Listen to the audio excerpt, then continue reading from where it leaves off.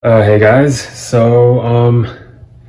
you can probably tell by now, I am not very good at keeping promises like the one I made last video about uploading daily, and that's probably because I was being way too unrealistic with myself because I am a lazy fucking person. But I guess maybe once every other day seems more realistic, so hopefully we'll hit that. And yeah, so anyways, I guess today I wanted to talk about my opinion on jobs and specifically what I think about the average job and whether as a NEET I think it's good to be employed or not, and maybe what my plans are for the future as far as getting employed goes. And yeah, so starting out with what I think about jobs, I think that I don't think it's necessarily bad to have a job, but I don't think that you should get a job just because society is pressuring you into getting one, or if it's not necessary. And I know that for a lot of people, they don't necessarily have the luxury of, I guess, having parents like mine, or, I guess being in my situation, because let's face it, I am in a lot of ways a pretty lucky mother effer. Nice, I did swear. But yeah, I'm a very lucky mother effer, but I know that there's a lot of people out there who just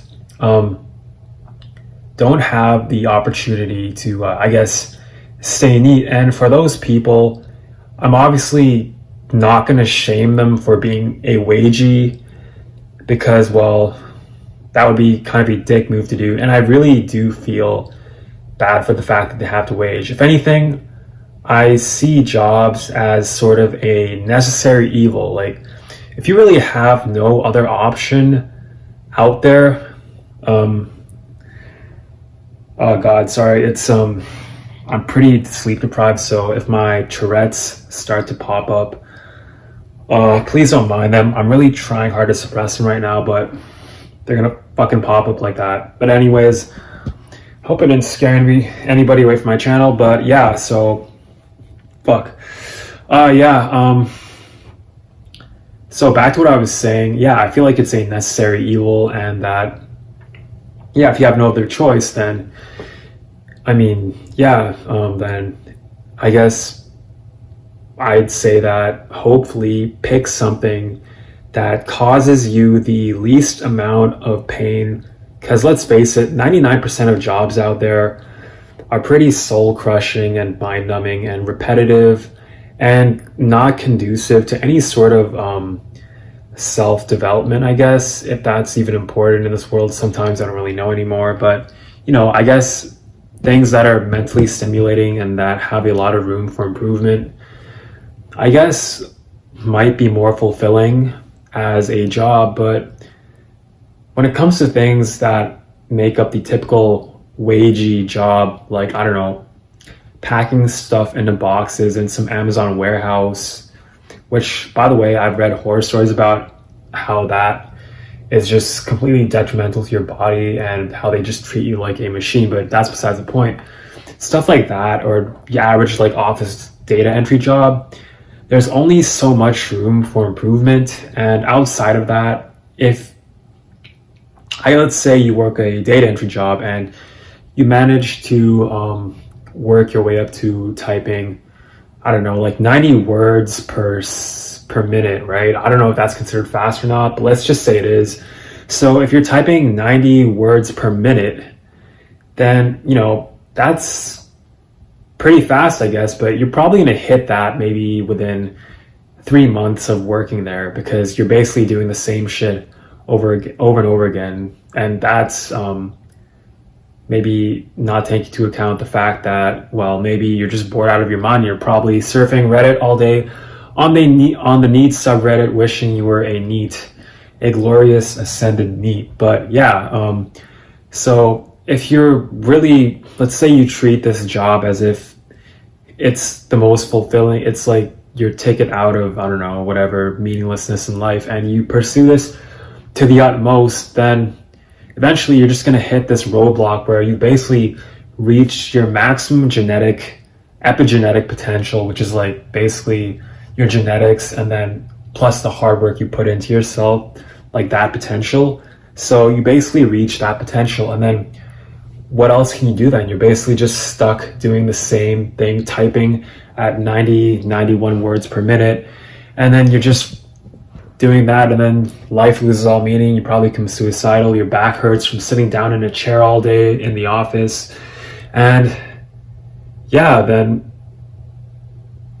I don't know, then you're basically just screwed, I guess. Like, you become suicidal, or you just eventually say F it all and you quit your job and you become NEET, or I don't know, hopefully you don't rope, because that's pretty messed up. But yeah, I don't really know where I was going with that, but I guess I was trying to talk about how messed up, the average wagey job is. And, I guess, although not exactly the same, I think it's pretty similar for like warehouse jobs, retail jobs, jobs at Subway.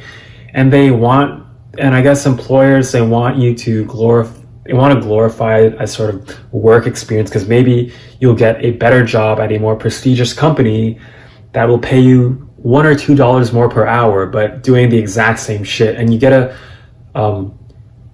I guess, brag about it in your resume as a sort of work experience, work skill. But what is it really? Like, they're basically, I don't know, making you engage in mental gymnastics to, I guess, cope with the fact or rationalize the fact that you're basically just some cog in a machine, no different from most NEETs, by the way, who basically are just like these rats pressing levers for dopamine when they watch video games. I mean, what the fuck am I talking about? When they play video games or watch like hentai and read manga and I guess watch anime too, when they're not watching hentai. But other than that, they're pretty much the same, except for the fact that the NEET is enjoying himself. So I guess if you're NEET and you're not in the position to have to do those types of jobs, then I'd say maybe it's better to stay NEET and at least do that as long as you can before you have to go out into the world and live a miserable, wagey existence, which I will probably have to do one day. But I guess for the meantime, I'd hopefully like to enjoy this privilege that I have of being NEET, because let's face it, there's no point in living up to the expectations of society when society probably doesn't give a shit about you, when most people see you as a cog in a machine. And that's if you're not weird like me. And because if you're weird like me, they see you as lower than dirt. They see you like as a fucking cockroach to be stepped all over, to be excluded from everyday interactions. Because, maybe waging would be bearable if I wasn't so autistic and Spurg-like and had crippling social anxiety. But because of that, it just makes waging exponentially harder. But, I guess I had to play devil's advocate. And, part of me also believes this, but I feel that waging at the same time, might be a ticket out of my NEETdom, in the sense that it pretty much is the only way to meet new people at my age when you're not in school. Or I guess waging takes the place of education as far as where you will tend to meet most of your, I guess, friend group, assuming that you're a normal person. So I guess if you're a normal person, maybe it might be better not to be NEET. Although I doubt most NEETs are normal, because I feel like most of us have some sort of crippling mental illness or disability or something that really makes it hard to interact with people. But yeah, so I think that I guess maybe I'm potentially open to the idea of doing a part-time job, because I feel like that wouldn't take up all my time, and it would give me a lot of time to, I guess, cope and maybe recuperate from the brutality of the wagey cagey world so that I won't ragey and blow my brains out. Well, that's if guns were legal where I live. Oops, I doxed myself. Holy shit, I'm fucking corny. But yeah, so I don't know. I really hope my parents don't hear this, but I think they're upstairs, still asleep. Yeah, so I guess that's pretty much the only reason I would see to get a job is, not to work for the sake of working. I mean, that's pretty much the whole point of this video, I feel, is that my opinion about jobs is to not just work for the sake of working or work because you feel like people are going to shame you and I guess look down on you for not having a job. Although I guess if they're really giving you a hard time, then maybe, but I think it's best just to ignore them and to enjoy the precious time that you have on this earth because, I mean, let's face it, like, if you're not, because I guess people might argue, oh, you're gonna get a girlfriend if you have a job. Just work a stop. Fuck. just work a job at Subway, bro, and you'll get a girlfriend. Like, I mean, that's kind of bullshit. Like, maybe there's like a 1 in 50,000 chance of that happening, but I mean, it's pretty unlikely, and she's probably gonna treat you like shit and leave you for another guy for a whole host of reasons, which I'm probably not going to get into detail in this video. But yeah, anyways, what else do I have to say about jobs? Well, yeah, I think that's maybe one good reason to get a job is to maybe do it if you have the intention of maybe practicing your social skills and giving, maybe life one final push before you give up. And I think that's maybe what I'm going to do in the future, but I'm not sure yet. But I'm thinking about it. But otherwise, if you tried all that stuff and it didn't work out, then I feel like there's no need to get a job necessarily to work for the sake of working. I mean, I feel like if anything, a job is a necessary evil as far as survival goes. And well, if you don't have to partake in that necessary evil to survive, then I think that, yeah, a job is unfortunately a tragedy that most people have to go to just to survive on this earth. And I really don't see any of the merit that a lot of people, like boomers, for example, claim that jobs will, I guess do for you. Like, oh, you'll find the love of your life. Oh, it's work experience. You have something to put on your resume. Oh, you'll find something meaningful to do with your life than play video games. Like, really, like fucking putting half rotting lettuce in a cardboard yoga mat Subway bun is more fulfilling than playing video games, becoming good at Smash Bros, or I don't know, getting headshots.